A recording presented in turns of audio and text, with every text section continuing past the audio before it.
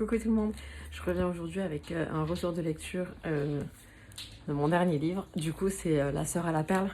Je crois que c'est le tome 4, il me semble, des 7 sœurs de Lucinda Riley. Alors, comme tous les autres, je l'ai adoré. Alors, moins que les autres, celui-là pour le coup. C'était pas mon préféré, mais il était vraiment cool aussi. Celui-là, on parle de CC.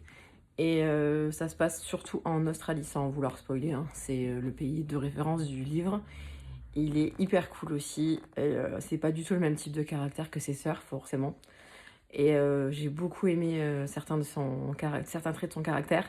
Il se lit vite, toujours pareil, hein. C'est un gros livre, mais ça se lit très vite une fois qu'on est à l'intérieur. Donc là, il me tarde de dire la suite.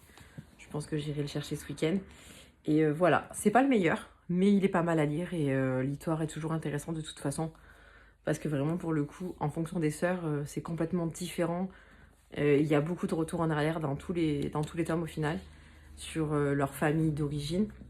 Et j'adore ces passages-là. Vraiment, c'est mes passages préférés où on parle de l'ancien temps, des anciennes époques. Ça parle d'actualité, ça parle d'esclavage, entre guillemets, tout ça. Et j'ai lu la fin, que j'avais pas lu dans les autres. Et elle dit, Lucinda Riley dit qu'elle a fait les voyages elle-même pour s'inspirer au mieux de ce qu'elle allait dire, pour parler exactement de ce qui s'était passé dans la réalité. Donc les moments historiques sont réels, hein. Il y a eu un peu des fois où ça a été un peu...